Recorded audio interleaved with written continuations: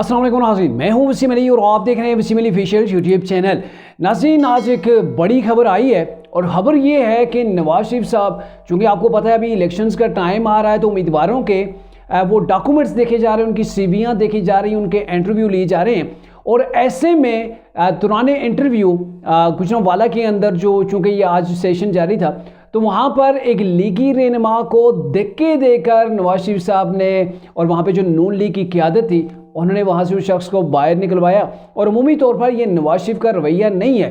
क्या मामला हुआ, ये कौन से लीगी रहनुमा थे जिनको धक्के देकर और क्यों बाहर निकाला गया, इसके ऊपर आज के व्लॉग के अंदर हम आपसे डिस्कस करेंगे। और दूसरी खबर ये है कि तरीके इंसाफ को चीफ इलेक्शन कमिश्नर जो है वो कबूल हो गए हैं, लेकिन अब समझ नहीं आ रही कि वो कौन से मुर्रोकात हैं, वो कौन से लोग हैं कि जो चीफ इलेक्शन कमिश्नर के खिलाफ जो है वो सफ़बंदी कर रहे हैं और चीफ इलेक्शन कमिश्नर से जो है वो इस्तीफ़ा मांगा जा रहा है। अब ये क्या इस्तीफ़ा मांगना, इलेक्शन को डीरेल करने का एक नया प्रोसेस सामने आ गया है। तमाम की तमाम तफसील के ऊपर आज के साथ जो है वो डिस्कस करते हैं, लेकिन उससे पहले मेरी आपसे होगी गुजारिश कि अगर आपने अभी तक हमारे चैनल को सब्सक्राइब नहीं किया तो काइंडली अभी हमारे चैनल को सब्सक्राइब कर लें, बेल आइकन को जरूर प्रेस कीजिएगा।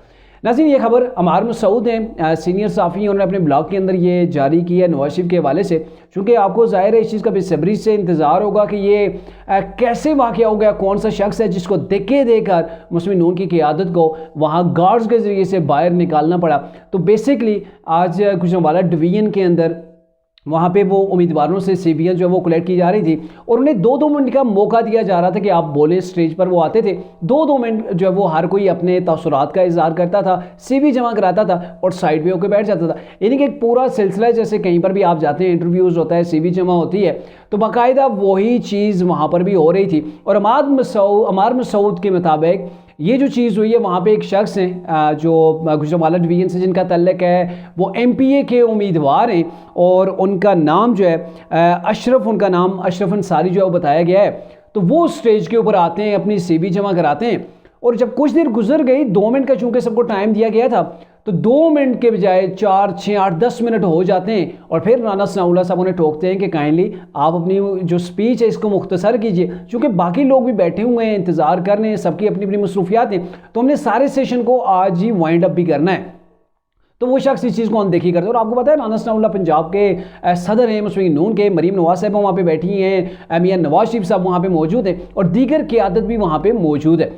तो फिर क्या होता है कि वो बंदा नहीं रोकता, वो अपनी स्पीच के अंदर लगा होता है। फिर मरीम नवाज उससे कहती हैं कि काइंडली आप वाइंड अप करें, ख़त्म करें, चूँकि दीगर लोग हैं उनका भी हमने सुनना है, उनको भी, तो ये प्रोसेस हमने आज ही ख़त्म करें, तो काइंडली इसको आप वाइंड अप कर दें। तो उन्होंने फिर आगे से बातें सुनाना शुरू कर दी कि भाई हमने यहाँ पे कुर्बानियाँ दी हुई हैं और यहाँ पे जो मैं आया हूँ, यहाँ पे मैंने टिकट के लिए फ़ीस अप्लाई की हुई है, फ़ीस दी हुई है, मुफ्त में टिकट के लिए मैंने अप्लाई नहीं किया हुआ है। तो यहाँ पे हमारी कुर्बानियाँ हैं, हमने ये किया है, पार्टी के लिए वो किया है। और बेसिकली आपको मज़े की बात बताऊँ, जब कोई शख्स आपको बुरा लग रहा हो ना, जिसने आपको कुर्बानियाँ देने के बजाय आपके खिलाफ साजिश की हो, तो वो आपके हक़ के अंदर या फिर अपनी कुर्बानियाँ गिनवा रहा हो, तो बड़ा बुरा लगता है, बड़ा औखा हो जाता है ऐसे लोगों को सुनना भी कि जिन्होंने आपका साथ भी ना दिया हो और आज टिकट के लिए आपके सामने तारीफ़ कर रहे हो या फिर ये कह रहे हो कि हमने क्या क्या कुर्बानियाँ देनी है, वो कुर्बानियाँ गिनवा रहे हो। तो मेरे ख्याल में राना सनाउल्लाह ने बड़ा सब्र किया होगा, क्योंकि अशरफ ये जो शख्स है अशरफ अंसारी, तो इसने कोई नून लीग के साथ एक बार दगा भी किया था। वो आगे चल के मियाँ साहब ने खुद बता दिया कि क्या इसने गेम की थी।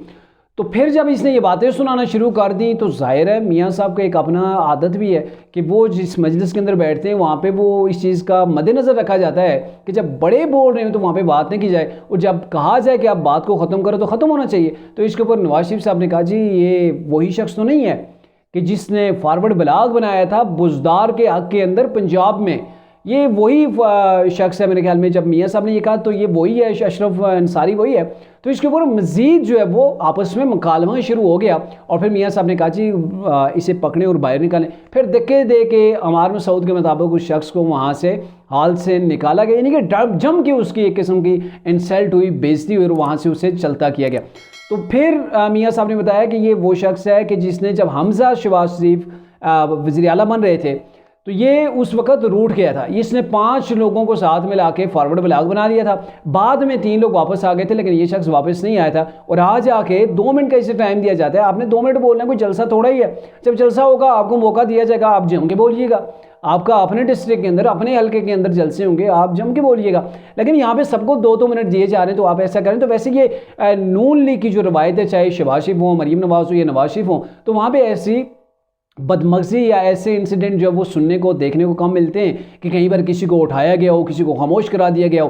हालांकि इमरान के टाइम पे होता था कि अगर कोई शिकायत करता था तो इमरान फ़ौरन से जो है ना उसे वहाँ से उठा देते थे। अक्सर उसे अपने से दूर भी कर देते कि भाई इसे अब बनी गाला के अंदर नहीं आने देना, आइंदा के बाद इसको आपने मदऊ ही नहीं करना किसी इजलास के अंदर।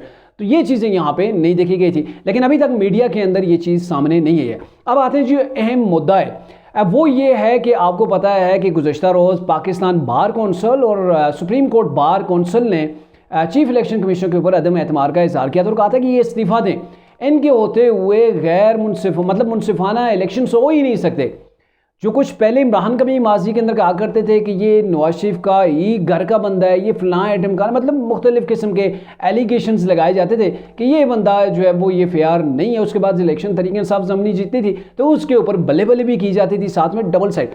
लेकिन अब ये है कि नून लीग ने भी उठ के कह दिया कि बिल्कुल हमें एतमाद है, जो भी अगर कुछ प्रॉब्लम्स हैं भी तो इट्स नॉट मीन कि हम ऐसा करेंगे कि चीफ इलेक्शन कमिश्नर या इलेक्शन कमीशन के ऊपर भी अदम एतमाद का इजहार करें। ऐसा नहीं है, हम चाहते हैं कि बर वक्त इलेक्शन हो जाए। पीपल्स पार्टी ने भी कहा जी बर वक्त हम इलेक्शन से आते हैं। तरीके इंसाफ की जानिब से जब ये चीज़ सामने आ गई कि उन्होंने भी कहा जी हम इलेक्शन चाहते हैं। और आज तरीके इंसाफ के चेयरमैन गौहर अली खान ने जो कहा कि इलेक्शन कमीशन के इस्तीफ़े, कमिश्नर के इस्तीफ़े का जो है वो मुहर्रकात कुछ और ही नज़र आ रहे हैं, जो मुतालबा किया जा रहा है इसके मुहर्रकात कुछ और ही लगते हैं। नहीं चाहते कि ऐसे वक्त के अंदर इलेक्शन कमिश्नर को जो है वो तब्दील किया जाए, तो और ना ही हम जो है वो उनसे किसी किस्म के इस्तीफ़े का मुतालबा करते हैं। ये तरीके इंसाफ के चेयरमैन की जानब से कहा गया है। और दूसरी जानब हामिद खान जो कि तरीके इंसाफ के सीनियर रहनुमा हैं, उन्होंने गुज़श्ता रोज़ जियो न्यूज़ के ऊपर बात करते हुए यही कुछ कहा था कि ये जो कुछ भी हो रहा है, पाकिस्तान बार कौंसल हैं, सुप्रीम कोर्ट बार हैं, तो ये जानिबदार हैं। यानी कि गैर जानबदाराना तौर पर ये अपने डिसीजन नहीं लेते, हंगामी इजलास उस लिहाज से नहीं बुलाते। तो ये सारे के सारे जानबदार और ये बुखला की तर्जमानी नहीं करते। ये लोग किसी और के इशारे के ऊपर जो है वो कारबंद है, किसी और के इशारों के ऊपर चल रहे हैं। तो अब बड़ा क्वेश्चन ये है, जब सियासी सारी जमातें एक पेज के ऊपर खड़ी हो गई हैं, सुप्रीम कोर्ट ने बड़ी क्लियर एंड जो बिल्कुल स्ट्रेट जो है वो डायरेक्शन दे दी है कि इलेक्शन 8 फरवरी को और सूरत के अंदर होना है। और ऐसे आलम के अंदर एक चीज़ सामने आ जाती है कि चीफ इलेक्शन कमिश्नर को मुतनाज़ा बना दिया जाता है, उसके ऊपर बहुत से एलिगेशंस लगाए जाते हैं और कहा जाता है कि इसके होते हुए इलेक्शन मुमकिन ही नहीं है। तो फिर कौन से वो चेहरे हैं, कौन से वो लोग हैं जो इस वक्त पाकिस्तान के अंदर इलेक्शन नहीं चाहते? तो ये चीज़ें आने वाले दिनों के अंदर बड़ी क्लियर होकर आपके सामने आ जाएंगी।